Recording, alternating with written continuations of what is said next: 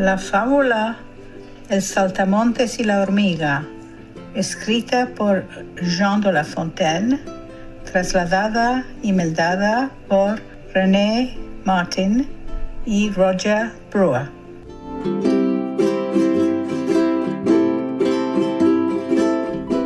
El saltamontes, que había cantado todo el enverano, se topó sin comida cuando el Aire del Norte empezó su kantika. No tenía ni una piska de moshka o guzaniko para comer. Se fue keshandose de hambre a la casa de la hormiga, su vezina, rogandole un emprestimo de unos granos para mantenerse en vida hasta que llegue la próxima sazón. Te va a pagar, le dijo, antes del próximo agosto, sobre mi palabra de animal.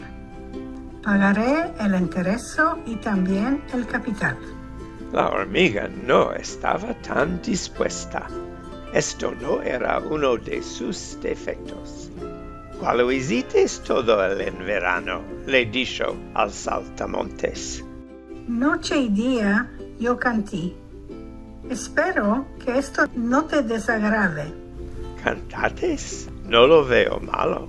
Ama ahora, vecino mío, es hora de bailar.